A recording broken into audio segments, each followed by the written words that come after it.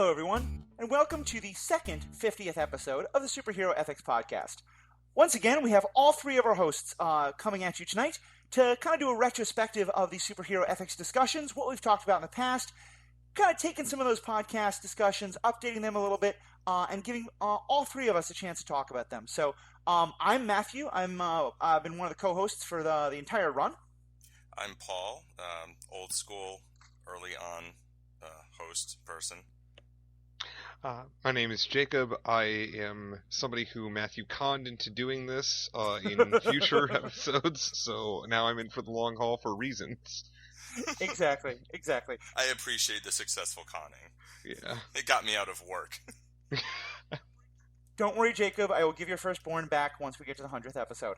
Anyway. I have a child? Hold on, guys. We have to stop recording.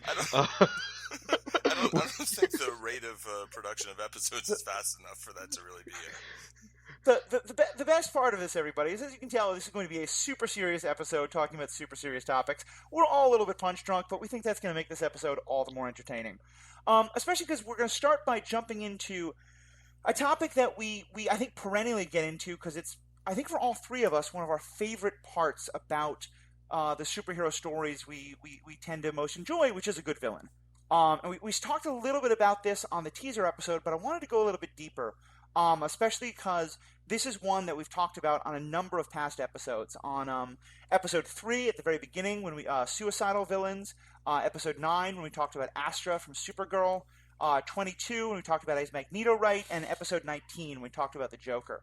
And so let me actually start with you, Jacob, because you got to listen to our old episode where Paul and I talked about the villains of Suicide Squad and of Joker and of Magneto. What's your kind of take on the overall idea of the role of villains in the stories we talk about and why that's so important? Well, first of all, spoiler alert: Magneto is right, and it's very unfortunate. But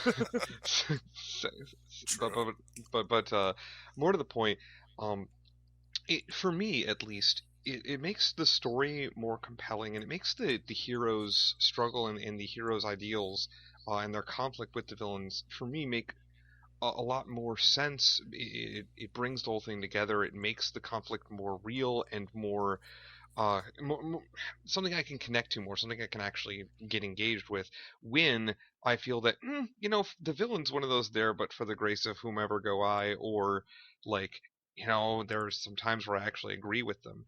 So in that case, like, you really need, in any kind of story, you really need an antagonist who is going to drive the protagonist to some end goal, right? Some end result. And so when they're actually when they're dealing with antithetical ideologies, it's interesting. But even more interesting is when they're dealing with ideologies that are not too far away from each other. Right. Well, then let me ask you actually the question that Paul and I went round and round on the episode dedicated to specifically this. Given that, as I've heard you say, and I know you know that I think, and I think Paul has also echoed, a lot of our favorite villains are the ones who we find most relatable, the ones where we say, like, they kind of have a point, that they have a perspective that, as you just said, is not too far away from our heroes, and one that, like, we can agree with them a large extent. They just go a little off the rails. Given all that, why is Joker such a good villain? Because Joker seems to fit none of those criteria. Asking the hard-hitting questions. No, I mean, and that's an excellent point, because Joker he really flies in the face of a lot of those ideas, but to me, depending on the portrayal, is one of the villains that is strongly compelling. I think the Joker is more of an anomaly in that regard, because part of what they do with the Joker and this is true in some stories and not others, like the Dark Knight Joker actually is mostly just a straight up anarchist, right? It's not a case where he's portrayed as being somewhat off the rails, but when he actually sits there and starts advocating for his ideology, he's really just somebody who's studying the human condition, is like, this is all BS. You guys are dumb. The world can't work. And right. These systems of order need to be taken down because this isn't working. And he successfully takes down some of them that are broken. And Batman kind of just, like, sort of helps. Right, but if you take the Batman the Animated Series, Joker, who's like in my opinion, the best Joker, my favorite Joker, he's just an agent of chaos as far as I can tell. His agenda is to do things because because he wants to, as far as I can tell. Like there's no real. It's strange. There's nothing. Part of what makes him compelling is that you don't understand him, and so at any given point he could do something and it can be radically outside of your expectations, except that you don't have any expectations. So it makes him that degree of unpredictability is very interesting, right? Um, Yeah, and it's like he's having fun all the time. yeah, exactly. Or trying to. So clearly he's enjoying himself. There are other portrayals of the Joker that are more or less interesting. There's a comic, I wish I remember which one this was, a portrayal of the Joker in a comic where he um they end up going into the minds of different people while this one entity is trying to teach the Justice League a point. And at one point they're in this, like, I want to say it's like a child's room or something. It's a very innocent pastier type scenario, and Batman at the time is like, I want to get out of here. We're done here. We can't go away, because he's actually figured out that they're in the Joker's mind, and the point the entity was trying to make was that the Joker's mind is the mind of an innocent, and that can lead to all these horrible things. And he just he nopes out. He's all like, "Yeah, I'm done." Yeah, and I like that point. I've often thought, especially what you said about the Joker being such the anomaly. One of my other favorite villains, although not from superhero, but from another great genre, is Iago from Shakespeare's Othello. And I've read a number of essays about that play, and that what makes Iago so compelling is that he doesn't seem to have any agenda. He just seems to be, to me, Iago in Othello, he just wants to watch the world burn, in that line from Dark Knight. And one of the things that this essay also went into is the idea that the reason why Iago is such a powerful villain is because most villains aren't like him, that he is so different. And I don't know if you guys find this, but I often find that when I'm watching a movie or a TV show, a superhero story that doesn't connect with me, it often feels like because the villain is a bad attempt at doing the Joker.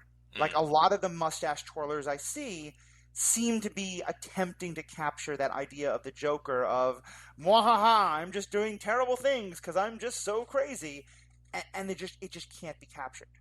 Yeah, well, Joker's got personality, and personality goes a long way. And, if you have a Joker who's played really poorly, it's not gonna work the same way as it, even doing the same things, right? If it just doesn't, if you don't have, and I guess I'd use the example of Jared Leto's Joker, which I actually like a lot, but I know a lot of people really don't. And I think a lot of that might come down to, some of it might be his actions, actually. He's kind of definitely a different Joker than, he's like meth addict Joker or whatever. But but a lot of it, I think, is that the personality is fairly different, or the delivery is fairly different from a lot of the other Jokers, and it either works for someone or it doesn't. I think Loki's basically like a Joker. I mean, he's got a backstory that's like, oh, I was, adopted and blah, blah, blah. But, I'm insecure because my older brother's all what he is. But, he's really, Loki works because he's just got personality, and especially Loki in the MCU works because Tom Hiddleston, Right. And I think I'll admit I do not like at all Jared Leto's Joker. I was very disappointed when I saw that they were giving him his own movie. And I think part of it is just always felt wrong, but part of it is, and I wonder if this is sort of part of what makes Joker a powerful character, if this is what I see. To me, a fundamental part of the Joker, somewhat in Heath Ledger, but especially in the one you brought up, Mark Hamill's in the animated series, is that Joker doesn't care about anyone except Batman. Right. And to some extent, not even himself. He is totally willing to put himself into incredible danger. He's totally willing to say, I don't give a damn about anything else, respectability, honor, any of this stuff. It's all nonsense. None of it means anything. The only person he ever cares about is Batman. And Jared Leto cares deeply for Harley. in a way that seems so fundamentally not what I think of for that character. I mean, I actually find that really an interesting sort of development with Joker, but at the same time, it's like, in that cut, he does, but I think in one of the other cuts, like, maybe he doesn't, or he toggles between, like, caring deeply for her and just being like, whatever, you know, I'll just throw a grenade over here, or whatever, or push her off the back of the helicopter, like, he kind of flips back and forth. The thing that I feel is really missing from there is it's a movie that features Joker fairly heavily, and it's got Batman kind of in a couple little cameos, and technically they're in a scene together in the chase scene, but there's no actual interaction between the characters. And so, like, it's like we're set up for that, but we don't get any of that. So that's something that I kind of feel is definitely missing. And Paul, I think that's an important point about Joker and Batman, especially because, to me, a part of what makes, like, I think we've said this in earlier podcasts, and Jacob, I'm curious your perspective on Batman, but for me, a big part of what I love so much about Batman is that Batman cares so much about law and order. Like, he wants there to be a functioning, successful police and court and legal system. And he has this paradoxical situation of feeling like, because that system is broken, he has to break it even further in order to help fix it. Like, and it's so broken. Right, it's so broken that he has to go and be the vigilante, be the Dark Knight. Yeah. And I feel like, because you already start in a Batman story with this really interesting question of, if everything is about the system and saving the system, and do I break the system to save the system? In that world, Joker coming along to say, but the system is dumb, why think about it at all, makes so much sense. And without Batman, I think you're right. It is hard to, for me, Joker doesn't land in a world without Batman. And in a lot of ways, one of the things that I really appreciate about Joker in the Batman stories is one of my personal beefs with the character of Batman, and for people in the show who are people listening to the show who are ready to write letters and tell me how I'm wrong, I do like the character of Batman. So understand that when I say that I dislike how authoritarian he is, that does not mean I don't like the character, but Batman is one of the most authoritarian heroes in his ideology in the DC universe, I think. And I love that the Joker serves as sort of a pin constantly poking at that balloon, being in at least again in the stories where I really like the Joker's portrayal, that's part of what he's doing, is being like, these authority figures that you trust are complete garbage, and here's why.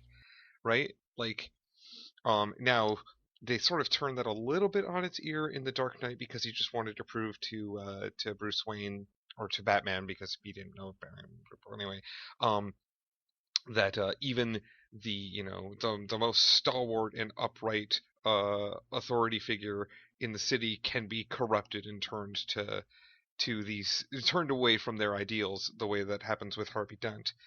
Sort of rushed in at the end, I feel, in that movie, but it still made the point that it was trying to make. But I like that. I really appreciate that, because that's the one aspect of Batman's ideology that I feel is flawed and does need to be called into question. And in that movie, he does go to, like, extreme surveillance methods that, like, Lucius Fox wants to quit and whatever, and it's like, in order to beat someone who's basically trying to make that point to him, although I guess it's more, Joker's point is kind of maybe as much that, like, humans are so easily corruptible, but so that almost so, like, any system you build, it's always going to be based on humans. And human decisions, that it's always going to be corruptible. Like, it's not so much that the system is corrupt, it's that any system you build will be corruptible. Right, because as previously mentioned, the Heath Ledger Joker is an anarchist.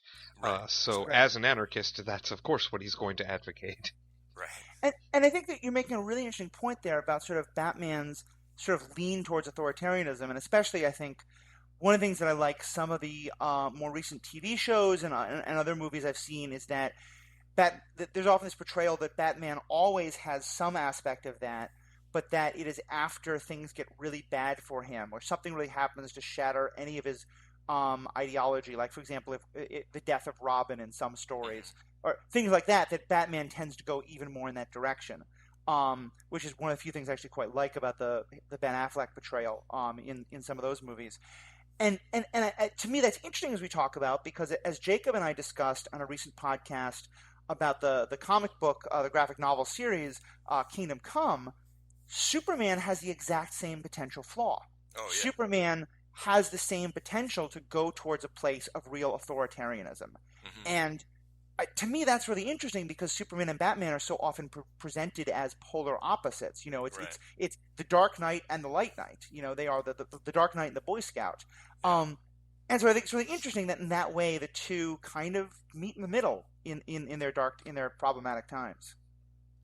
Yeah, I mean, that's why they are, form the Justice League, basically, right? Because, like, they have a very similar outlook in terms of how they want things to be.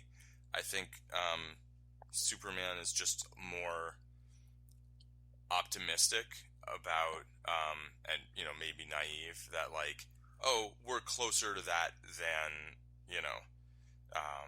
than maybe Batman thinks, whereas Batman's more like, yeah, we're going to need to really do a bunch of things that maybe we don't really want to do in order to get things to a place where then they can be like that. Whereas Superman, partially because he has so much power, because he had like this idyllic,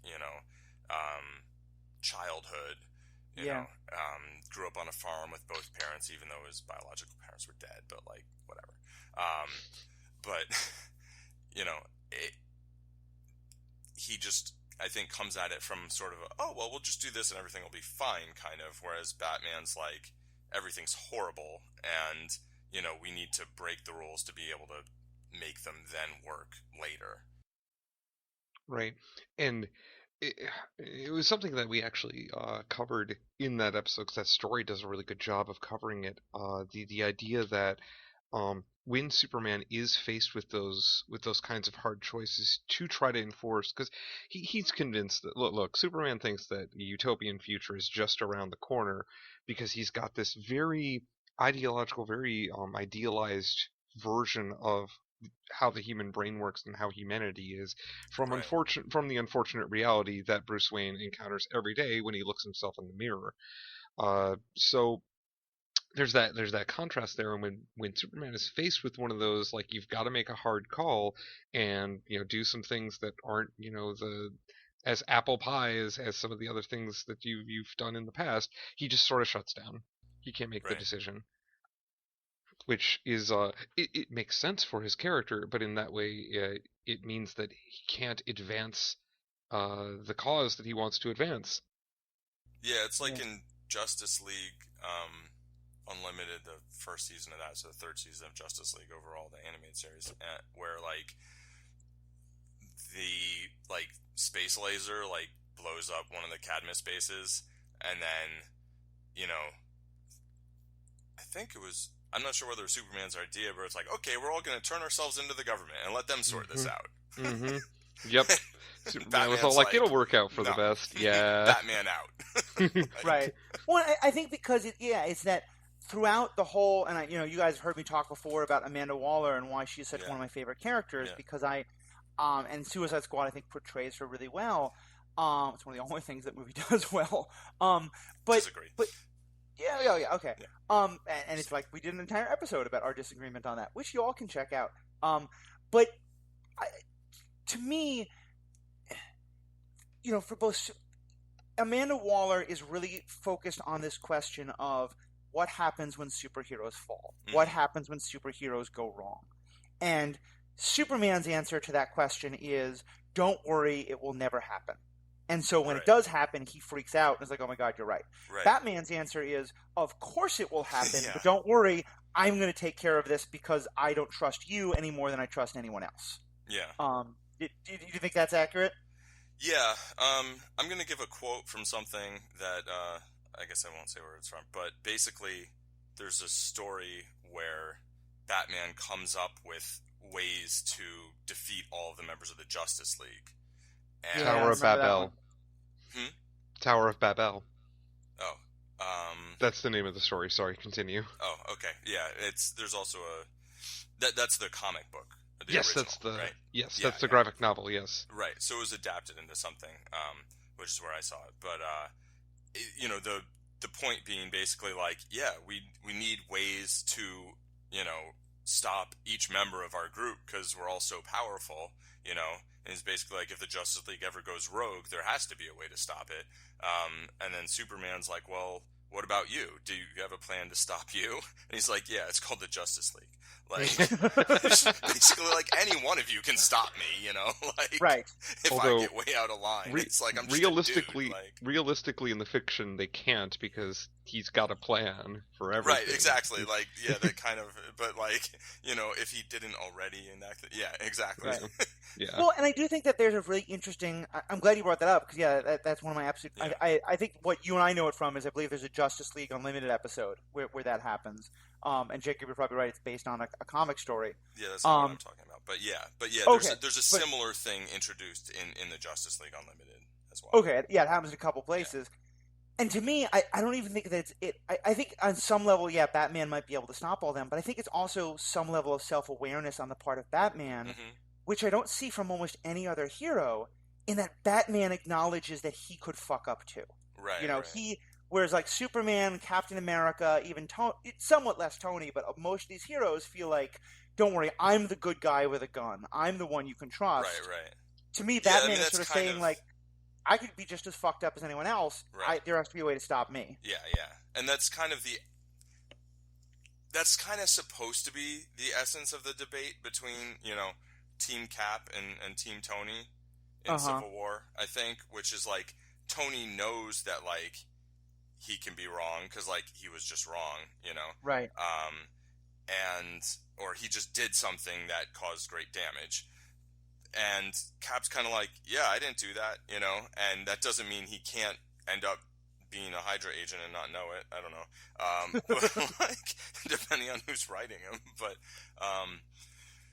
But he kind of just, like, doesn't allow for that possibility in the same way that, Superman sort of like, well, we would never do that. You know that, Bruce, Right. And it's like, well, in another world you did, and you can like, know you wouldn't do something, but then it's like someone who's also, point of order. There's a color of kryptonite that turns Superman into some giant jerk-faced McGee. Like, he's encountered it, so he's just lying. Oh, right.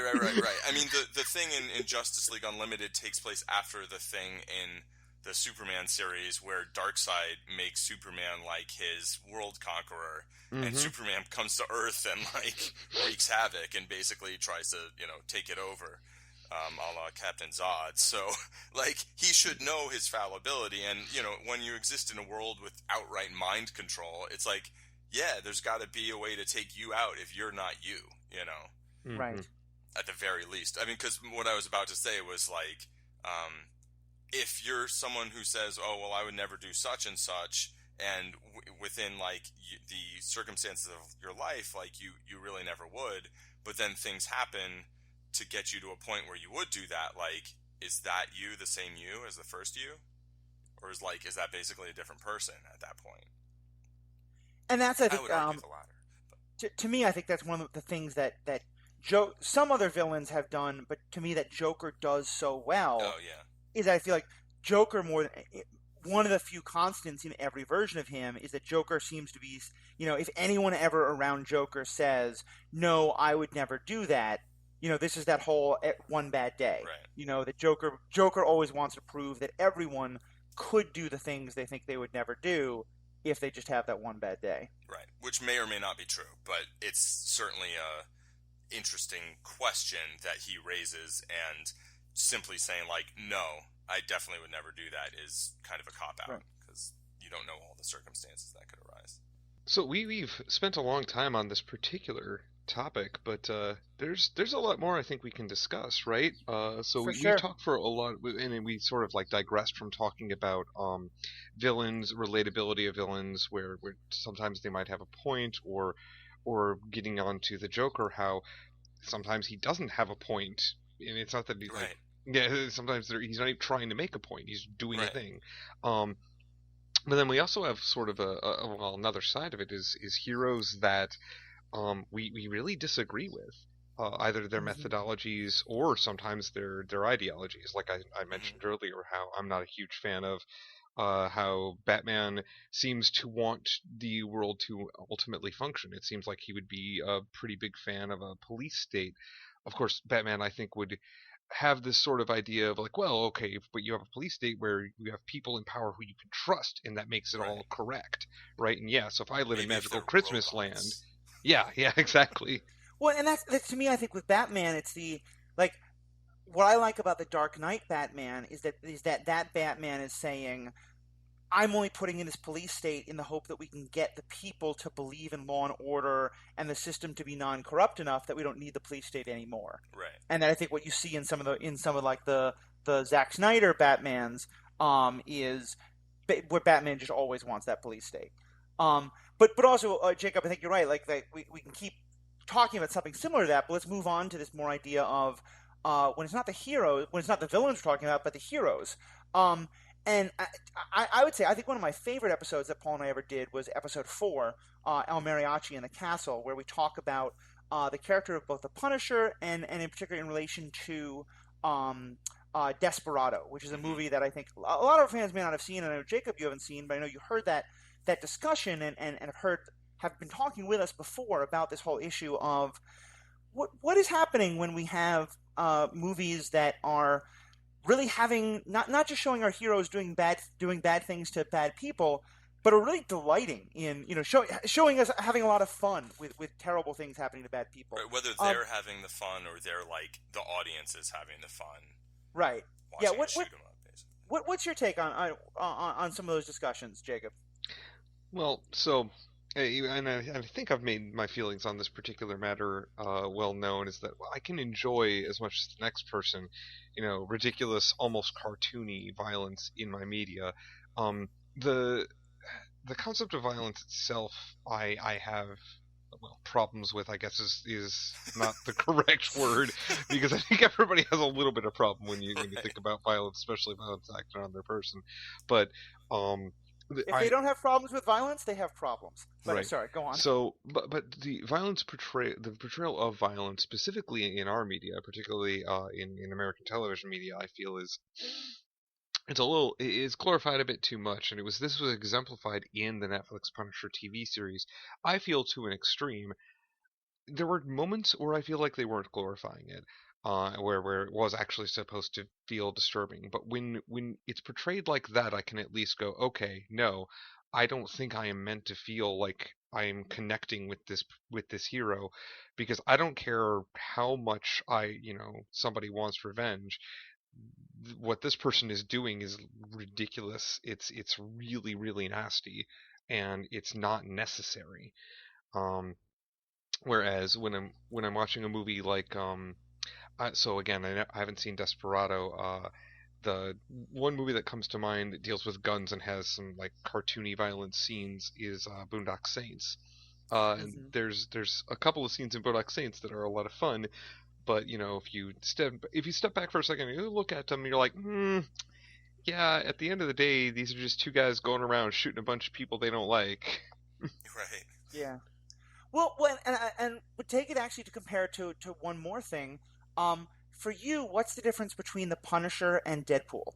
Because Deadpool is another story where we have a hero who is doing gruesome, ridiculous, over-the-top violence out of revenge. These are clearly bad people, but we never get the sense in the first. These people don't pose an immediate threat to anybody. They're not like he has to stop them or something. Do, but sometimes they don't.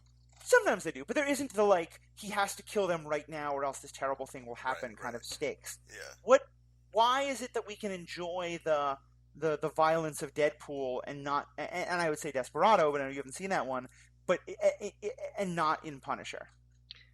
Well, I don't know. So I almost feel like I shouldn't, but they're being portrayed in very different ways. I don't think at any point when you're watching, at least, and I haven't seen the latest Deadpool movie, but for the first Deadpool movie that came out, I don't think at any point when you're watching that you're supposed to be like, yep, this is realistic. This is what people should do in this situation. Like, the term realism does not apply to this universe. This person is clearly a character who is talking at the audience in some cases. Yeah. Like, this is irreverent and, like, very cartoony, very funny, very, very much meant as entertainment and not trying to take itself seriously. Right. Whereas The Punisher is 110% taking itself seriously, and I don't think anybody would question me on that. Who's seen the show and was paying attention.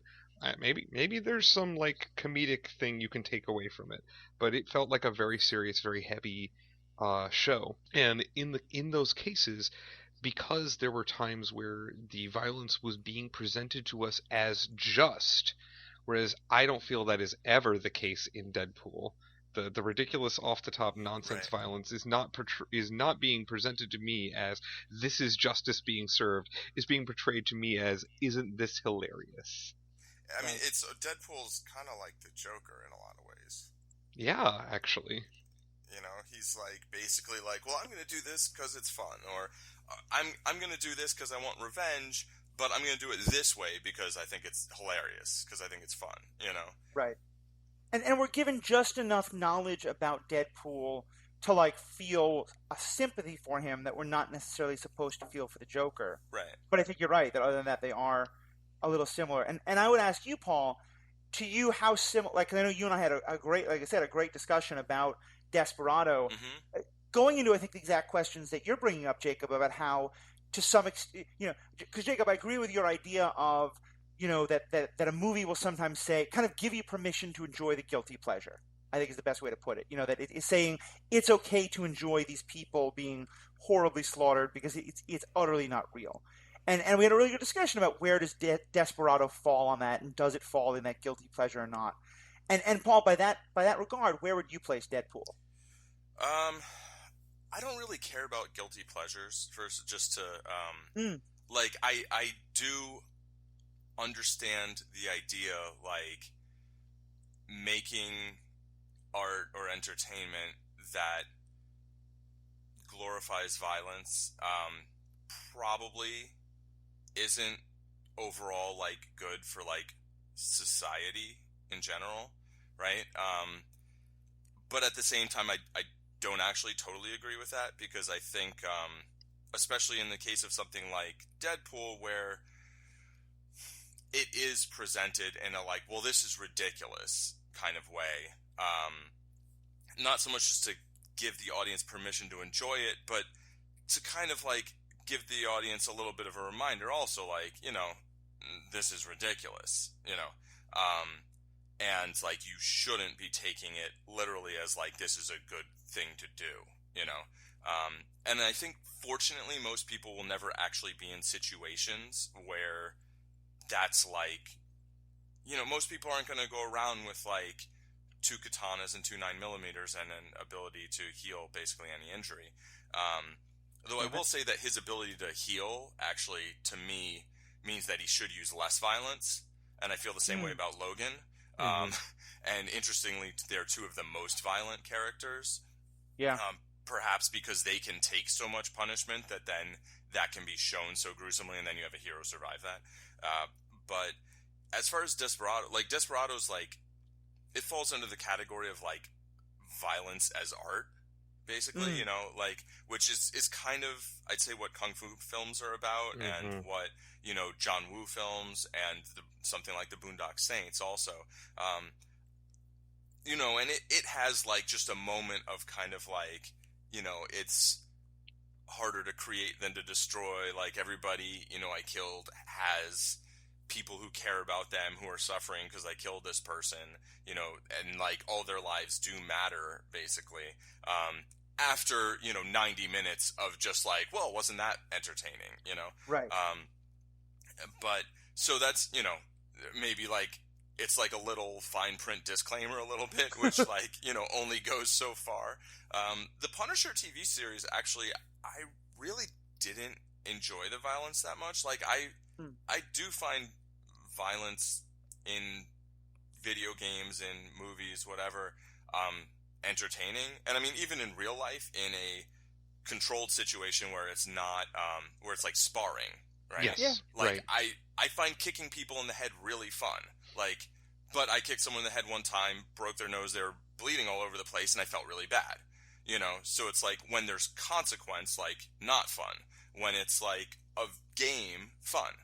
Well, right, and sorry. I want to before I'm thrown by our general listenerdom into this category, in this lump sum category about Jacob doesn't like any violence unless it's cartoony and silly. I'm actually a really big fan of, and I love a phrase that you used in just a little bit ago where you said violence is art. I'm a huge fan of Hong Kong action theater movies, Yeah. like Ip Man. I really enjoy Mm-hmm. where when it's or and of course I play video games because hello, but yeah, like so when it's in that lens, right? When it is being portrayed as clearly entertainment or clearly art, Mm-hmm. right? I Yeah. agree that like there is entertainment value there, and there is. I don't think that is actively harmful. Right. It's and I was picking on the Punisher specifically because it I felt it was designed to look very realistic. Yeah. And I don't enjoy the idea of a universe where people be all like where that is both realistic and somebody's sitting here going that's justified. This is Right. right? Right. Yeah, I felt kind of like the Punisher wasn't really saying that, but like at the same time that a lot of people watching it will Mm-hmm. hear that. Mm-hmm. You know what I mean? Yep. Right, and it gets into a lot of the questions about like where is the line between, if you are saying something but saying it in a way that a lot of people are very easily going to misunderstand it, is that at all your responsibility or Right. not? I mean, one of the things I was thinking of as we talked about this is, and obviously this is outside of the realm of fiction, but I think very much a part of the art of violence. I'm someone who, as I've talked about, I love the sport of football. I have Mm-hmm. for a long time been a Oh very yeah. big fan of the NFL, and I have been very troubled by a lot of things about the NFL, and I've recently decided to stop watching the NFL. For me, the sort of the last straw was all the stuff about Chris Kapernick and the Mm-hmm. not allowing people to kneel for the anthem. But one of my other big problems had been all the concussion issues and the way that the sport had glorified the big hit in the Right. NFL and sort of done all that. And the thing is, I loved watching the big hit. It was fantastic, I mean, and that's to me, that's the art of violence that you're talking about. It was great to Yeah. watch that, like the guy on my team, the bone rattling hit. I think it was, especially once I realized that had real consequences, Right. and that the thing I was watching was doing real harm to people in ways that people didn't really have a chance to fully consent to because they were being lied to about those Mm-hmm. consequences. Mm-hmm. Once I knew that, I was like, I can't enjoy this anymore. There's Right. too much wrapped up in it. Yeah. But I can't claim that it wasn't enjoyable, And I Yeah. think to me, that's getting a lot of this tension of when there's violence to enjoy, but also the consequences of it. And because we've kind of skirted it, this actually lets us kind of move into the next topic I wanted to discuss, but I think is so vital to this is the movie Logan. And it was discussed in episode 24, in which neither I did cheat on both of you guys, but with a very good friend of Paul's, actually the guy who introduced me to Paul, our friend Logan. And I'm curious for either of you, what was your take on that discussion and on the movie Logan and how it portrayed violence? Where does that fall for you in regard to these, the sort of Deadpool versus Punisher versus Desperado kind of scales we're discussing? So for me, for Logan specifically, um, it's not really in it's definitely not in the Deadpool vein. I'm gonna get that right out there. That's a softball question. This is not comic violence. But it also wasn't so. And this is it's a strange distinction perhaps, but I've never felt at any point during Logan that I was being shown some of these like very gruesome acts and meant for the takeaway to be um that this was anything other than upsetting, right? Mm-hmm. And Right. it was designed to upset me and it had that effect, and I Yeah. felt like the movie was framed to make that like that is the message that we are sending, right? And for that reason I thought it was very well done. Yeah, I think one distinction that I'd make between Logan and the Punisher, as far as this is a little sort of how these portrayals of violence might affect different people. Like, people don't have adamantium claws. So if you see Logan doing all this violence with adamantium claws, you're not going to go out, buy adamantium claws, and then do any of that. The Punisher that's a really good point. Yeah. is just a guy with a lot of guns. And you actually can, like in the United States at least, go out and buy a lot of guns and do bad things with them. That maybe you think are good things, you know? So, you know, the Punisher, I mean, and I kind of felt watching the series like, you know, like as I said, like I didn't feel like it was necessarily an endorsement of Frank Castle, right? Or his methods. There were parts where it just felt like a first-person shooter video game. Yep. And I felt like that was very deliberate and interesting, and I didn't really enjoy that aspect that much. I mean, like, I don't really like watching first-person shooters. Like, if I'm going to play it, fine. Although I haven't in, like, a decade now. But, like, but I used to enjoy GoldenEye a lot. Matthew and I used to play all the time. Yeah, a long time. A lot of time. But, yeah. But, you know, the idea that it's like, here's a regular human doing stuff that a human can do, and that, hey, you can do it too if you just go down to your local Walmart or wherever they sell whatever, you know, and... You know, compared to Logan, where it's like, well, this is about mutants, you know. He's got... His violence is not something that you can just go out and do. Exactly. You know? And I think that point's really interesting, especially in... because I think that actually gives a really good way to frame Desperado, because, as we talked about in that podcast, Desperado is on some level just a man with guns. Right. And yet, from the very beginning, the character is introduced as... more than human, as legend, as fairy tale. And the very first time we see a gun enter his hand, the gun leaps up out of the guitar case into his hand in a way that is, you know, breaks every possible law of physics. Right.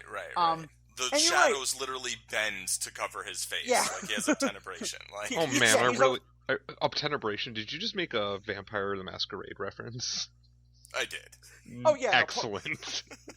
Paul Logan and I played Vampire for years. Yeah, he's a Lasombra. Okay, I definitely need to see this movie now. Yeah, we'll put it on the list. But yeah, because I really like that point you're making, Paul. Because it's funny as we're talking about this. I love Logan. I think in some ways it is one of my absolute favorite superhero movies, especially on this issue because I am someone who is, and as we talked about somewhat during our episode about Avatar. I have a little bit different of a relationship to violence than the two of you because I have never studied martial arts. Right. I have never studied violence as something that can have purpose in a sort of controlled, you know, almost, you know, meditative or whatever kind of way it is in martial arts. To me, it's always just been a destructive tool. Yeah. And as I think about Logan, I remember how much I enjoyed is the wrong word, but in the same kind of like how glad I was to see a movie that portrayed the violence in such a gruesome, awful way. And to me, it's miles away from anything I would ever call beautiful. But I have to say, like, there's obviously incredible skill and maybe even I'd use the word art in the portrayal of that violence. And now that's kind of fucking with my head a little bit as we talk about it, because it's like there is some real skill in the portrayal of the gruesomeness of violence. And I do wonder if in the same way that some people love going to gross out horror movies and some people love going to really scare, you know, some people love art that gives them a really uncomfortable feeling. To what extent is Logan exactly the same? And that's not necessarily bad, but it's an interesting observation, I think. And I think you're right. I think it scratches a very similar itch for people who are... I think for people like you who have gotten into the superhero movie movement, as it were, but needed, like, there's nothing else in the media that quite like that. And Paul, you made an excellent point earlier about, and I really like this, that the reason why Frank Castle's character is as upsetting as he is in Netflix is because that can be like a guy that you randomly see on the street. Whereas you're not gonna see some guy with mutton chops and a really bad hairdo from Canada, ostensibly, but in reality, who knows? Whip out his adamantium claws from between his knuckles and start going to town on people. That's not something that's going to happen. Right. Well, and not only that it could happen, but the Punisher story does happen. I mean, former soldiers who have access to guns doing terrible things that they think are justified. I mean, that does happen in our world all the time. Yeah. I just feel the need to make a clarification that El Mariachi is actually more of a Toreador, maybe anti-Tribu, than a Lazambra, but he does have a tenebration. So moving on. So he's not actually affiliated with the. I'm gonna remember Sabat? this. No. Yes. Darn it. Right. There were the Sabat and they're the Camarilla. He's not associated with the Camarilla. No, definitely more of an outlaw, maybe an anarch. Yeah, he's straight up anarch. Yeah.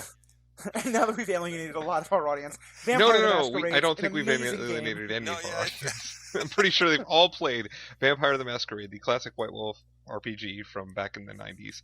I mean, at least, 10%? Yeah. Well, good, because I absolutely want to do a Camarilla Sabat podcast at some point. Oh, cool. But pulling us back, let's actually move on to a different idea, which is kind of wrapped up in some of the stuff we talked about, especially with Batman. But looking at it from a wider lens, I want to talk about this idea of what happens when heroes basically have to go rogue, when they are starting to break the law because they think it's necessary. And I want to start making it a little bit focused, although, as I said, as we had a discussion about this some time ago, the following discussion is 100% hypothetical, has nothing to do with any particular situation that might be happening in any particular part of the world. Oh, we're going to talk about killing Donald Trump. I gotcha. No! If the cops show up again this time, I'm going to be very upset. Yeah, the last time we had Let me put on pants. The cops wound up showing up at Paul's house, I'm sure purely out of coincidence. No, mostly it's just my own ego that hopes that the cops get called on our podcast. It was probably a coincidence. But still, Jacob, let's see how brave you are. Talking just about Lex Luthor. Should Superman kill Lex Luthor in the Oval Office? Yes. So this, by the way, is a reference to episode 10 of our podcast, Killing President Luthor, and it's a reference to a fantastic set of graphic novels in which Superman faces that exact question. So, should somebody rise to power in the highest executive office of our nation whose motivations are clearly amoral and clearly not in line with what our nation was founded to do and doesn't represent the people, I don't think Superman should be the one to kill him. How come? And this is just, that's not Superman's job, in my opinion. So he would very much, be the person to apprehend and ensure that person, meets jail time or sees justice. But it really shouldn't be somebody from another planet, I guess, or somebody who's sort of external toward it. It's like, I do not like extrajudicial execution of people in general, except under extreme circumstances. Just straight up walking in and assassinating the president, there's probably other options, right? So I think Superman could probably find another way. I think there are other heroes like Oliver Queen, I think would just go, yeah, let's go with that assassination plan. I don't have a better idea. President Luthor, you have failed this city /country/world. You failed the city harder than I have failed this city, and harder than these arrows have failed this city. So now they're going to fail your skull. Moving right along. Paul, what's your perspective? Because I know, and this actually gets into something we talked about in the episode that lives only in imagination, the first time we tried this 50th episode, but we got into a long discussion about sort of where is the line between a hero killing someone because they are terrible and need to be killed versus a hero killing someone because they pose a direct threat to someone and they sort of have to be killed or else others will die, and it's kind of a self-defense thing. You remember, I think I was a pretty big advocate for Superman killing President Luthor. What's your take on it now? Paul, you still there? Oh my god. The Secret Service did cut off Paul's line. Net neutrality is gone, no. guys. Hello? Okay, you're Hello? back? Okay. Did the police come to your door? I'm not a robot who's been replaced to, no comment. No. Anyway. Yeah, so my take is pretty much the same it was before. What I would say is that I'm also not a fan of extrajudicial killings. I'm not a fan of judicial killings. I'm strongly opposed. Although I'd say I actually prefer extrajudicial killings to judicial killings. Is that like a thing? Do people use that phrase? Judicial killings? I'm pretty sure yeah. they just call them executions. Right, exactly. Yeah. I'm more opposed to those, but so the death penalty is a killing done through the judicial system. Right, So yeah, exactly. That's a perfectly good, and I think that makes the point well. It's a reasonable construction, right? So the point is though, like once somebody's in custody and maybe doesn't have any superpowers where they can control other people with their mind, whatever, yada yada. That was not well pronounced. I feel like yada, at that yada, point, yada? killing them is totally unreasonable. Yeah. It's not even real words. I don't think you have to worry. Children, Yada, don't make yada. me pull this car over. Let's stay on topic. Moving on, or powering through. Like once somebody's in custody, it's like, yeah, I think it's just ridiculous to then be like, okay, we're gonna kill them now. But that's its own conversation. But in terms of like extrajudicial killings, I will say there's a big difference between an execution, right, where it's like, well, this person needs to not exist, so I'm just going to kill them, and this person poses an imminent threat. In the episode, I'm not sure about the original comics, but in there's the Justice League episode where the Justice Lords and, an alternate reality, whatever, Superman kills the president, who's Lex Luthor, but Luthor literally has his finger over a button that's like, if I just press this button, I can kill millions of people because, like, obviously that's not actually the way, it works, and Superman could probably fly and stop the nukes and whatever it is, but he was like, you've thought of, however many ways of stopping me, but they all involve lethal force, right? And so he's basically, like, daring Superman, like, are you going to let me press this button and kill tons of people, or are you going to go against, one of your core values and use lethal force to kill me, to prevent that, but then, are you going to do that? Are you going to take that action that you don't want to do, because then you wouldn't be like the hero? And in that regard, I mean, the flip side of that is Thor not going for the headshot against Thanos, because that's that's that exact situation where, like, if Thor isn't executing Thanos, Thor is just stopping him. If he had gone for the head, Thor is just... he's actively trying to kill a lot of people. Yeah, and in that situation, lethal force is justified, right? Right, and so the Superman situation is supposed to be like that situation, basically. Although, in this case, it's just Superman once again forgetting his powers. Yeah, exactly. Like, can't he just move fast enough to stop him? Well, can't he just destroy the device? Can't he just freeze him with his super breath that he never uses? Right, or just, like, laser off his hand with his heat vision. Right. It'll self-cauterize. Yeah. Like, I mean, and this is one of my biggest complaints about Superman as a character in terms of the way he's written, is that so often it feels like the only way to create drama in the Superman story is to have him ignore the powers that he has, and that's an entirely different issue. But yeah, it's too powerful hero syndrome, right? Mm-hmm. Well, and I do hear what you're saying, and I think that there's something, because I'm in a very similar place here, and I think especially this comes into play with Daredevil, which is a character I know beloved to all three of us. And I love Daredevil's, moral wrestling with the idea of, do I kill people? But I am frustrated because I think Daredevil presents it as though there isn't this idea of sometimes you have to use lethal force in a moment to stop a lethal event happening in a moment. Right. He seems to be presenting it as either there's non-lethal force or I am killing in a sort of passing judgment, you have to die Oliver Queen kind of a way. Right.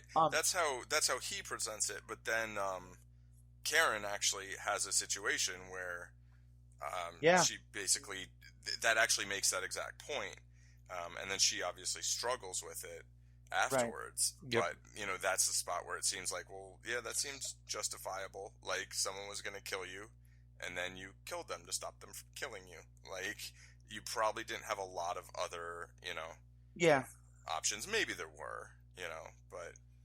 Well, and to me, I think the point that I think is the most sort of ethically interesting, especially because it makes me question myself the most, is it's something that Daredevil brings up. The priest sort of pokes Daredevil about, which is, and then I think to me is the whole reason why people's desire for the death penalty scares me so much, and why heroes who sort of kill the bad guys in very emotionally satisfying ways sometimes scares me so much is. I do think that there's a moment where the priest sort of challenges Matt Murdock and says, are you scared that on some level you believe that these people deserve the things you're doing to them and that you're enjoying that? And I feel like a lot of the time in these stories, like, in a story like that, I can recognize it's being set up as like Luthor is this danger, but also there's the element of some lizard part of my brain thinks Luthor is a terrible person and deserves to die. And so it is satisfying to see him be killed. Right. And that terrifies me. And maybe these stories are great for bringing that up, but I think there's something really interesting there about what's happening when the stories are diving into that thing of like making you think a character deserves to die and then letting you get what you think that character deserves. Yeah, I think that's like basically humanity's worst impulse, or one of them. And so I think movies in general, at least, American pop culture or whatever, tends to cater to that. With like, to quote Desperado, these guys like were dying much deserved deaths. Like that's a Steve Buscemi quote from that movie. Yeah. And it's like that sort of moralistic judgment of like, oh, this person should die because they did such and such. And that's the argument for, the state murdering people, but it's also an argument for, vigilantes murdering people. And then once you kind of like think that's a thing, then you can just kill anyone who you think is bad, And to me, the only rational argument for, say, killing someone who, quote, who you think is bad is not because you think they're bad and like they deserve it. Like the only rational argument I see is because that's the only way that you have of stopping them of causing more damage, and damage that exceeds, the damage that you would do to them. Right, and this is that kind of thing was actually portrayed, I feel, very well, although our hero elected not to make the choice in the latest season of Jessica Jones, where Jessica is consistently faced with this problem with her mother, where her mother's clearly a danger to the people that she's around, and Jessica knows it, but Jessica doesn't want to commit to using lethal force, but knows that it's effectively not really plausible to contain her mother in any reasonable situation. She ends up having the choice ripped away from her in a bit of a very high drama that I'm sure will come back the next time we see Jessica Jones on screen with Trish Walker. But that's a fascinating thing where at the end of the show I ended up going, I don't think Trish Walker was wrong that probably needed to happen, but I think Trish Walker was wrong to do it in that moment. Well, and to me, it's so interesting that you bring up Jessica Jones, especially because I think you're right about where Jessica fails to doesn't make that decision. Because what I actually thought you were going to go is Jessica Jones season 1, where she does. Because as I was thinking about, is there ever a time where I thought a character killed a person who was obviously a danger, but was not, like, in that moment had a finger on the button, Mm-hmm. but where the character clearly felt like, I have to kill them because there is no other way to, there is no prison that could ever hold them. And I feel like that's exactly the calculus that Jessica makes with the Purple Man. And as much as I hate the death penalty, in that one instance, I think Jessica's right. Yeah, look, if you've got somebody who can... Go on.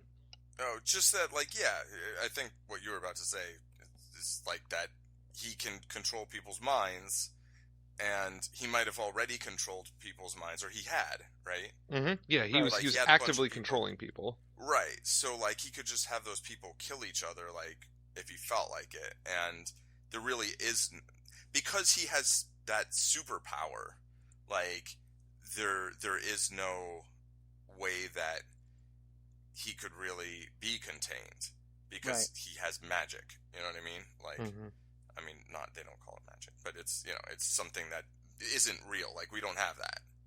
I mean, in the same way that I think Jacob brought up, that there really is no normal prison, other than maybe the Raft, but certainly no, like, normal New York City police prison that's going to hold Jessica's mother. Right, that's true, too. Personally, I liked the mom, and I'd rather see her, I don't know, a show with, like, just like a road trip show or something. Yeah, look, I'm not saying that I wanted Jessica's mother to die, but, like, I did feel that that there was no clean solution once it had gotten to that point. It was sort of a confluence of tragedies, one after another, that got them to that final place. Because as it turns out, Netflix Marvel people know how to make drama. So, so I think we can go a lot deeper on that. I want us to make sure we get to at least two more of our topics, possibly three, but at least two more. And I want to kind of, so this is going to be a pretty rough shifting, but connected to a lot of these questions about sort of the ethical weight of life and things like that.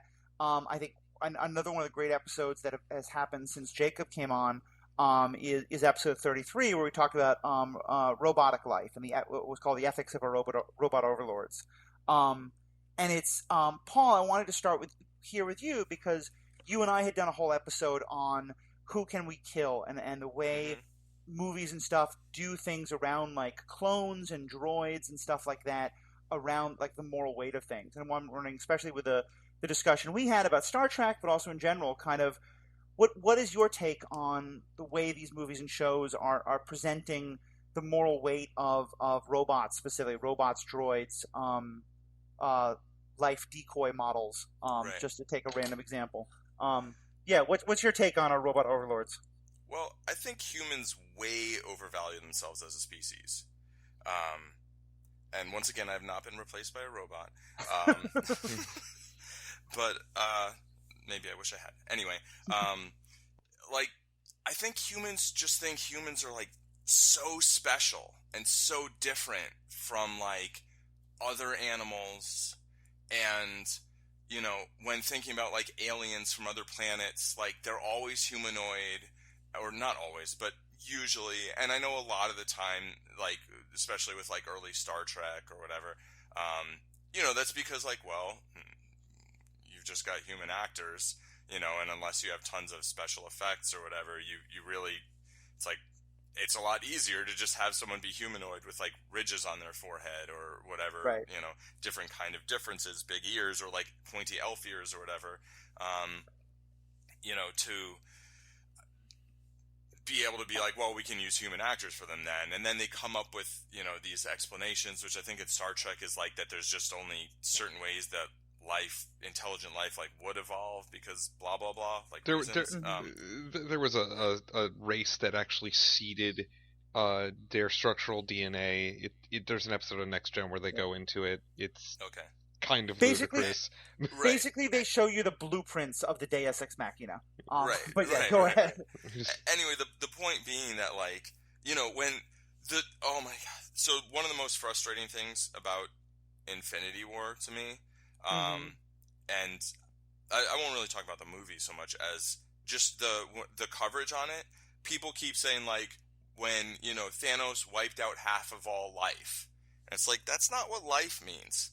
Like, I'm pretty sure that wasn't his plan. Like, we didn't see half of all the trees disappear, right? Half of all the cats didn't disappear. As far as I know, maybe they did. Like, that was unclear. But, like, you know, this idea that, like, life equals intelligent life, and that intelligent life equals, like, human intelligence or better. Like, there are some dogs who are smarter than some humans, you know?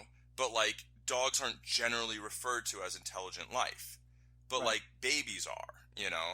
But, like, it just, so when then it comes to, like, robots and aliens who maybe are, like, insectoid, you know? Like, the less humanoid they look, the easier it is for a work of fiction to kill them off and be like, oh, yeah, we can kill them because they don't look like us, you know? It's like, people, not all people in all places have or do currently value all humans the way, based on the way humans look or don't look like each other, or whatever customs or cultures they have. So, you know, I mean, personally, I value animal life a lot more than most humans do. And I find the human world extremely upsetting to live in because of the extreme disregard that humans have for other animals. And so I feel the same way about robots, where, you know, I feel like if it thinks, you know, it's like a person, you know, if it feels and I mean, like, person is like, what does person mean? Like, what constitutes that? But, like, where they're like, oh, is this, like, really artificial intelligence? Or is it only kind of like something that, say, can deceive people, like with the life model decoys, you know? The scene with them all, like, burning in an oven, like, I found that extremely disturbing. Horrifying, yeah. And I thought the point was that it was disturbing and we should be questioning the quote-unquote heroes, but then it felt like that wasn't the point, and I'm like, that's even more upsetting. Like, and I haven't watched the show since then, you know, talking about S.H.I.E.L.D. I really did enjoy the episode you guys did, and you know, I just come down on the side, like, if you think maybe it's a person, treat it like a person, you know? Yeah. Like, if you even have to ask, you know the answer. Probably a person. You know? Mm-hmm. Right, exactly. And even if it isn't, it's like the cost of treating something or someone who's not a person like a person is much lower than the cost of not treating them that way and being wrong. You know, it's like when you look at two choices and it's like, well, if I'm wrong, what's the cost of being wrong on this side compared to what's the cost of being wrong on this side? Right. Yeah, so I just also, you know, I kind of think the optimist in me thinks, like, maybe robots can be better than humans, you know? But then it's like, what do we mean by better? And that's its own can of worms, which seems like an extremely oppressive place to put worms, but, you know, like in a can, like crawling all over each other. That doesn't sound fun. Anyway, stay on target. Unless they're into that. But he's talking about life and about how you should treat life with respect and equally. Yeah, like sticking a bunch of worms in a can doesn't really. Yeah. But yeah, I you know, if I were to ever kind of approve of an authoritarian state, it would be one that, which, like, I wouldn't, but, like, ideally it would probably be one that was run by robots, not by humans, you know, because I idealistically think maybe robots could become less, I don't want to say awful, but, you know, than humans, less. Well, I mean, I think certainly it seems that irrational. One of the worst things, I think one of the worst things that humans do is when we are irrational because of things like fear and prejudice, and if you could create a robot that didn't have those things, to me that's fascinating. I think my concern becomes, I think it's actually something that not quite with robots, but with artificial life, Babylon 5 actually really explored well, is that, you know, any robot is almost always going to, on some level, have the prejudices of its creator. And I always wonder, like, could you have a robot that doesn't have the prejudices of its creator? And if you could, sign me up. but I have real trouble believing that could happen. Yeah, so that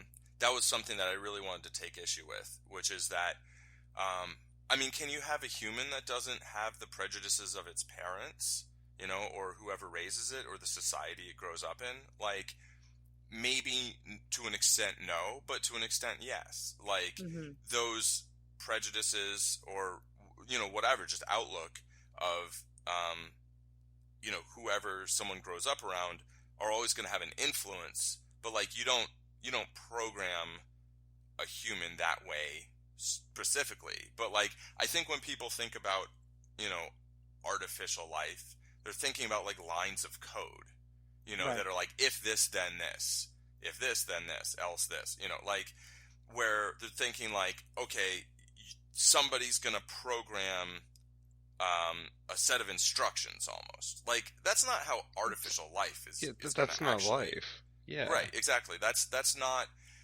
and so in something like S.H.I.E.L.D., where they're programming the life model decoys, it's like once they have that level of realism, like that's not how that's going to get done. That's not how robots are going to exist, I mean, I don't have a whole lot of background with artificial intelligence or computer programming, but some. But, the point is like, in order to create life, you need to create the ability to learn, right? The ability to develop. So, like, who's going to program the robots? The robots are going to program the robots. They're going to develop. They're going to learn. They're going to have minds, whether they're made up of neurons or, bits of data, like whether it's binary or analog. I don't think that's necessarily the part that matters that much. I think the point is that there's like real learning that can take place, and development, and it's not going to be like, oh, you need to just have like this set of rules for how to act. And I guess that's kind of one of my issues with like the idea of ethics in general, is that it's almost like a search for an instruction manual, or like a way to program oneself, like to what to do or what not to do. And to an extent, I feel that that real life and the number of situations that can arise, simply too dynamic to really do that efficiently. Well, and just to talk on that for a second, I think what you're actually clarifying there is two different schools of ethics. Like, there's a school of ethics that actually, and Jacob referenced this on our last podcast, deontology, for which Immanuel Kant is sort of like the most well-known thinker, but there's many others, that really is about like, his whole idea of a categorical imperative, and that like you have to find what is sort of the essential first rules, and then every other rule of proper conduct can be derived almost like deriving a mathematical formula. Right.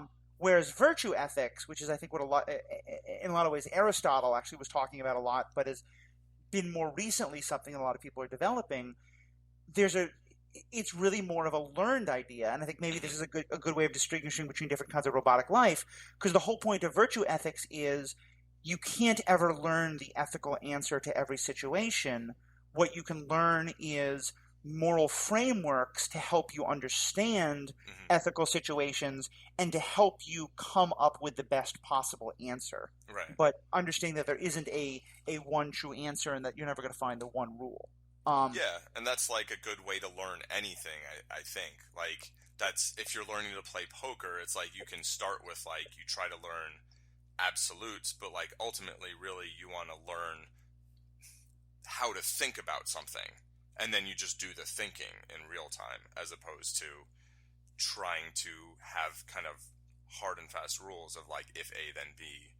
Right, and that's what AI that people are trying to develop nowadays. They're trying to create learning algorithms whereby the things teach themselves how to process that information profitably, and then effectively come to its own conclusions. So. Yeah. That's like in to just use the example of poker, like machines have been taught how to beat the best humans at very specific forms of poker not by saying, okay, let's just derive the answers, but by actually having a machine play against itself till it reached equilibrium and basically learned, and they've used a whole bunch of different approaches and been very successful with that. Thus far, machine learning tends to be for very discrete tasks, right? Not like how to navigate the world in, you know, the body of a Roomba or whatever. But I don't know. How do I Roomba? Right? The machine just Googles, how does Roomba? How to Roomba. How does Roomba? How does So Roomba Zumba? I do want to move us on to a last topic, but Jacob, I know this is one that is so dear to your heart. I want to make sure you have a sort of last chance to respond to Paul and to me about these questions of robotic ethics. Well, thank you. First off, Paul, I'm glad you enjoyed our episode where I just complained about how the Agents of S.H.I.E.L.D. treated Ada for like an hour. Yeah. I listened to the episode, then I watched the series, and I was like, oh, they're so horrible to her. Just, oh god, it was so bad. And it's just, so for me, and this comes up in multiple different forms of media, and Agents of S.H.I.E.L.D. regrettably just like threw that whole plot line into a fire. Like, we haven't really gone back to it. We talk about the framework from the perspective of our squishy human characters, but we never revisited the idea that, you know, if we had actually started treating Ada like a person all along, she wouldn't have gotten this complex to try to create a goddamn human body just so that she could actually be respected as somebody that had moral value like the rest of you freaking idiots. Right. So... And then everybody in the framework, they also pretty much killed. So, like, that's a thing, too. But anyway. Yeah. So here's these entities that clearly had fully realized personalities. Yeah. So, yes, digital life, also life. So, like, yes. So, it's something that is used as sort of a shorthand to show in many stories to show that these entities are disposable because they're robots. We talked on the episode about the battle droids in Phantom Menace, you know, that classic movie. I couldn't remember the name of it for a while. It was such a core classic of the Star Wars continuity. Yeah. But no, this idea that by making our antagonists by othering our antagonists, we can make them disposable is a very, very dangerous idea, and one that, like, it's so easy to just shorthand that for some writers apparently into robots, but I feel like that is missing the point of, like, you can't, just because it was created, quote unquote, by somebody doesn't mean it doesn't have moral value, and so there's that whole our treatment of them, and I felt like Agents of S.H.I.E.L.D. was going to be one of those shows that, like, brought this sort of thinking into the modern era, whereas, you know, we've had, like, iRobot and The Matrix, which are very, you know, robot phobic, and Terminator, the Terminator stories, very sort of AI phobic ideas. But no, Agents of S.H.I.E.L.D. is right there with the, oh no, Ada could be dangerous, and that's all they ever freaking talk about, and never hey, what if Ada's a people? Then what do we do? Right. I mean, that's sort of what makes T2 interesting compared to, like, Terminator, the first one. Is like, you know, he is a people. Yeah, like, so T2 is the best Terminator for many, many reasons. Yeah. God. Sorry, I just, you know, that one scene just always moves me every time. I kind of love the first one, but I do hear what you guys are saying. The first one was a romance movie. It was slash horror, but mostly romance. It was a different story. I don't dislike Terminator, but Terminator 2 is better. Terminator series is a little bit like the Alien series, and then it starts off more horror, then it goes more straight up action, and then it goes off to, like, different, you know.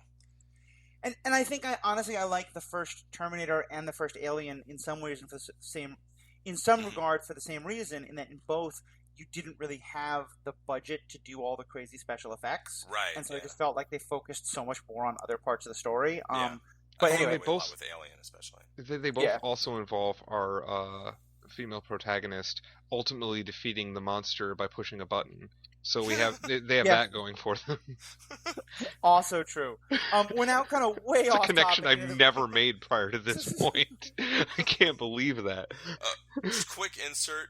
Watch 13th Floor. Okay, move on. Yeah. Okay. We're now pretty solidly into the more entertaining parts of these movies, which actually is a good transition to the last topic I want to talk about, which is I am interested. I've been looking at the statistics of our downloads, and one of the episodes that has gotten the absolute most downloads was the episode we did called Thor and the Value of Fluff, episode 39. I just rewatched that movie.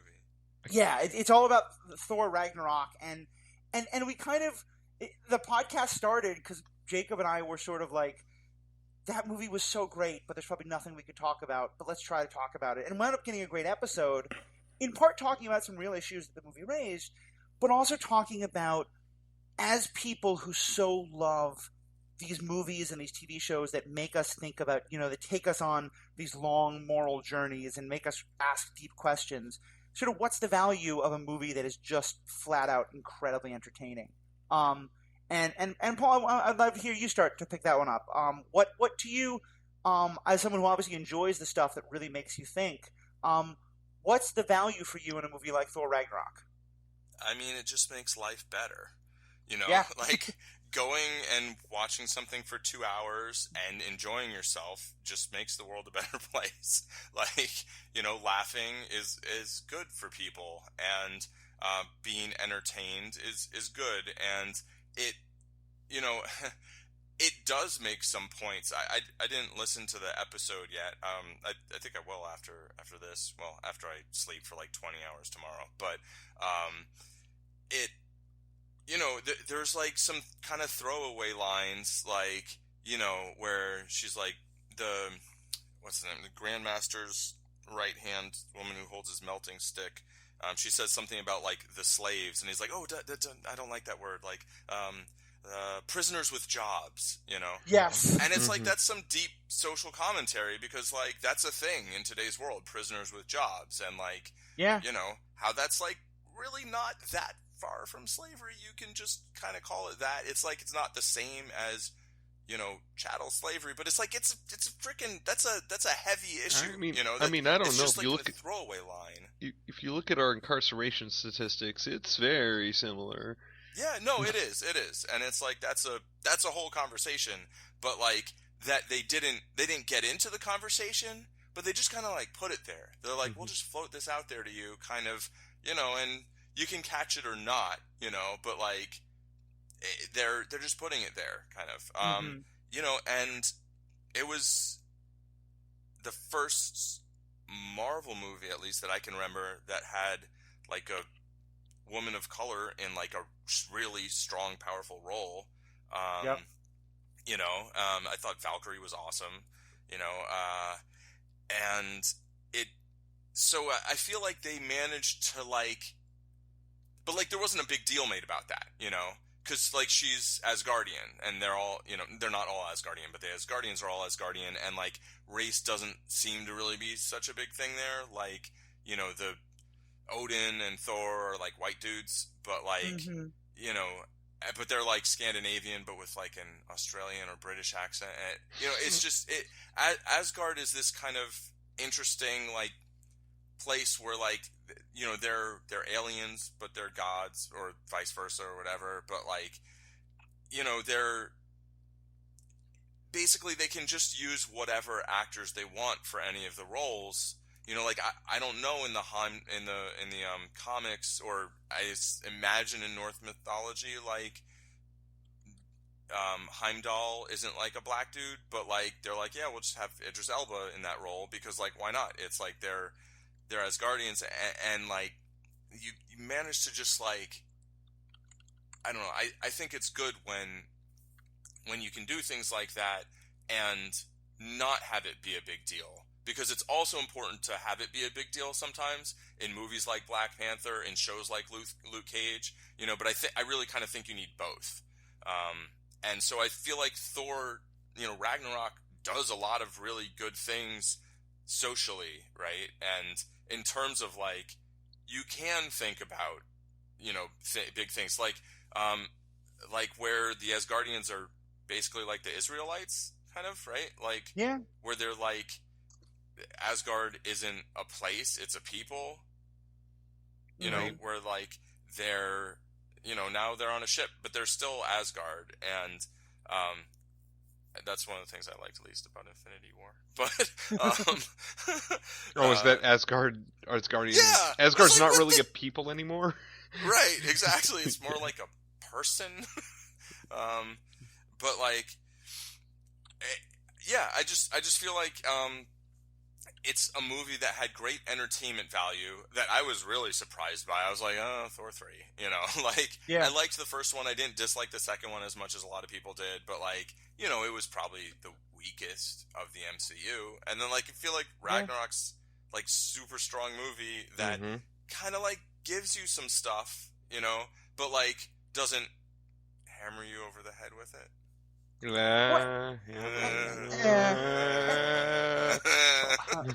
Okay, guys, the joke was impressive. Let's move on. If anyone's wondering, it's funnier when you make a joke out of the joke.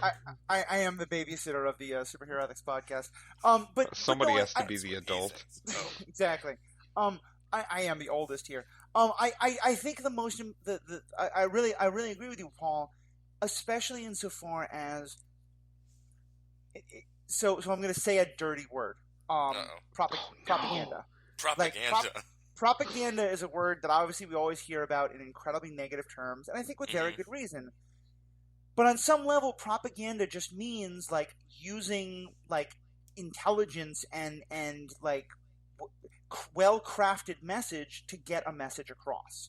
And I do like that a lot of these stories are entertaining, but are also making points that I think are trying to tell people truths that make the world better and that make me question things and make me hopefully be a better person. And I hope, you know, Black Panther is an incredibly entertaining movie, but I think also makes some really good points about racial justice and feminism and so many other things. And you're right. There are some people who aren't going to go to Black Panther because they know it's going to make a really important point, trademark for them. But they will probably go to Thor Ragnarok. And so maybe seeing Valkyrie kick ass doesn't hit quite as many racial justice buttons as Black Panther would, but it hits them for the person who wouldn't go to Black Panther. Exactly. It reaches people who Black Panther might not reach. Yeah. Yeah, like kind of subliminally, right? Sort of subconsciously. Yeah, because in the case of Thor Ragnarok, it's a movie that is presented, packaged for, you know, that this is for, you know, you, the quote average American. It's not. It's for everybody, and there is no such thing as the average American. But you're right. It's that idea that it looks safe. It's actually getting back to the idea of when we were talking about robot life and different kinds of life, etc., where if something looks a little too foreign, a little too alien, people are less likely to engage with it, right? Because we have this inherent fear of things that aren't like us. And so in that way, movies that seem more like fluff are good vehicles for shoehorning is not quite the right word, but for, you know, more subtly reinforcing these ideas that, hey, guess what? Valkyrie, really cool character. Right. Like, well, go ahead. No, that was it. Just like that the movie threw it out there. That's Valkyrie, kind of the cool point, character. It's just like here's a little, you know. Right. Well, and also having said that, I really want to also focus on the first thing you said, Paul, because and it's funny because on some level this is sort of the very opposite of what this podcast is about. Like this podcast is about the idea that these movies and TV shows are great because they make us think, because they challenge us. But I do think we do need entertainment in our world as well. Like, I think every now and then I want to watch a movie that, like, I love The Dark Knight. The Dark Knight is one of my absolute favorite movies. If I watched that movie every day as the only movie I would watch, I would go insane because it requires a level of, like, deep mental analysis and focus. And sometimes I just want to watch a good popcorn flick. Right. And sometimes you just want to watch the world burn. Wait, no. Well, but that's the whole on point. TV. To me, I think what makes Thor Ragnarok so incredibly brilliant is it lets me feel like, no, don't worry about it. We are just going to show you a fun popcorn flick. Right. This is going to be heavy metal music and awesome scenery and great fight scenes. And oh, by the way, we might actually make you think about a couple of important things too along the way. But we're also going to mostly just fucking entertain the hell out of you. Right. And it's not like they're going to make you think about them. They're going to kind of like invite you to think about them. But it's like, it's kind of up to you whether you want to spend a lot of your kind of processing power, you know, on it, or you want to just kind of like let it sort of seep into your mind and kind of just like float there. You know, I think that's like the value of propaganda, really, is that like you can put something in someone's mind without like telling them it's there, which is, you know, on the one hand insidious and potentially awful, but on the other hand, you know, effective if you know, it's kind of just like, well, what are you trying to say? Yeah, that actually gets back to an earlier point about that we didn't make. I think we made it in the Lost episode where we were talking about it might have been in an even earlier one. We were talking about how it's funny how we can agree with certain acts like the use of propaganda when we're generally okay with the end game, with the goal. Mm-hmm. But yeah. when they're used for a purpose we don't agree with, they're hella evil, right? Right. I know, actually, I think, Jacob, you just went to go see the musical 1776, right? Uh-huh. Yeah. So I don't know if it quoted this line. This line comes up in the movie, but my favorite line in that movie, in the musical, is when Benjamin Franklin says that there's no such thing as treason in the first person, our rebellion. Yep.